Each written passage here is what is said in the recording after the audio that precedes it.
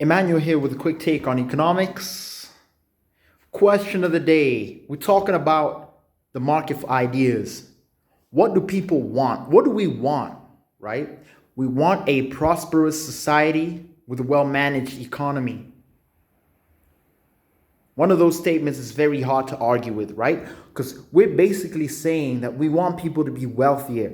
We want people to have opportunities to get wealthier, which means we want people to have jobs, which means we want to see incomes rise. So, what does that have anything to do with something like the market for ideas? And what do you mean?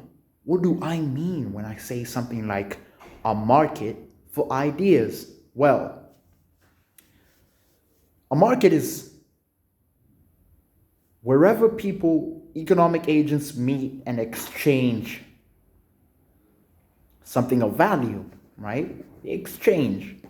So the market for ideas is anywhere that we meet and exchange ideas.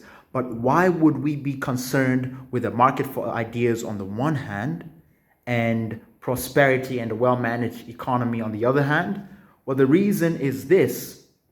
Imagine that we have a value chain, right? It's a factory, a collection of factories, a whole interconnected processes that give us some final product, right? And you want the most delicious, the fanciest, the most functional, the most beautiful product at the end, right? That's what everyone is interested in. You want the best food. You want the most highest quality, or whatever it is you prefer, the specific preference that you have as a consumer.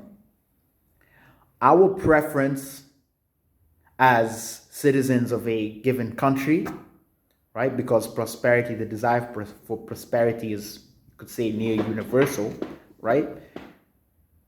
That our desire will be fulfilled by the right kind of policy decisions. That is, if I'm zooming out and I'm looking at the question from a bird's eye view, from a decision maker, from asking myself, what can the government do for me? You know, JFK was wrong in a way. The state is there to do for you. You're not there to do for the state. That's a topic for another day. Now, as great a man as he is, I'm not taking any pot shots, but we're talking here about the market for ideas. That's an idea that JFK proposed. Ask not what your country can do for you, but ask what you can do for your country. Now, JFK wasn't just some famous celebrity. He was a policymaker, right? He was the chief policymaker for his country. So we want policy decisions that actually lead to prosperity and a well-managed economy.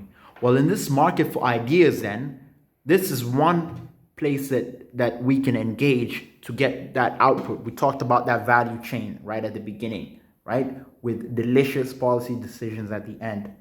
Well, the market for ideas ends at policy decision. If we're talking about ideas for policy specifically, upstream, you have the level of education, right? Possibly, right? You could posit that. And then midstream of this value chain, right? Stream, like a river with a head upstream or rather a river with an upstream from where the river comes from and a downstream where the river is going to, right? Midstream of this river, you have the debate, the arena for public debate. The debate is simply, a debate happens wherever arguments are put forward and counter arguments are returned, right? So this is on Twitter, this is on social media, this is when people talk, they meet, wherever they meet, right? And actually, one person gives an idea and another gives a counter, right? The debate is important because it is through the debate that we actually sift through bad ideas and good ideas. And then the good ideas go forward and they end up in policy. So if we have bad policy, another way of asking ourselves, or of sussing up the issue, of interrogating the question of why do we have bad policies, saying, look, you have poor quality debates, and these are leading to bad policy.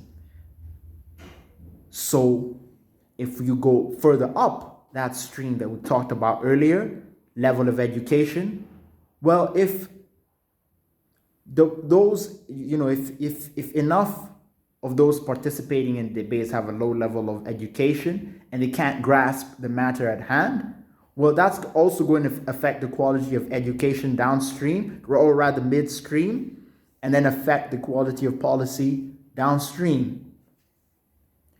Now, of course, you could have one or two a few very educated policymakers who debate amongst themselves the best policy decisions, and then those policy decisions go forward and, actually have good outcomes for a country. But so you can see how this ultimately this market for ideas is very important. And so that is why, if we talk about demand and supply, someone like me putting forward these ideas, I'm on the supply side. I'm trading ideas. I'm providing ideas in the market. Someone on the demand side, anyone who's consuming these ideas, they form that demand curve that economists talk about. So if we want to see a different country, one place that we could go is the market for debates. That's one arena that we can participate in to actually, and we do, and people do, right? Whenever you hear people talk about whether or not they understand the issue, right? Whether or not their statements are educated, when they say things like, I'm unemployed, it's because of the economy. The economy is tough, things are hard, etc., etc. We're going through bad economic times, quote unquote. Some of these statements, even I might have questions about, but ultimately, that's what we're talking about. That's why I would be here giving out ideas and looking for ideas to consume. Cheers.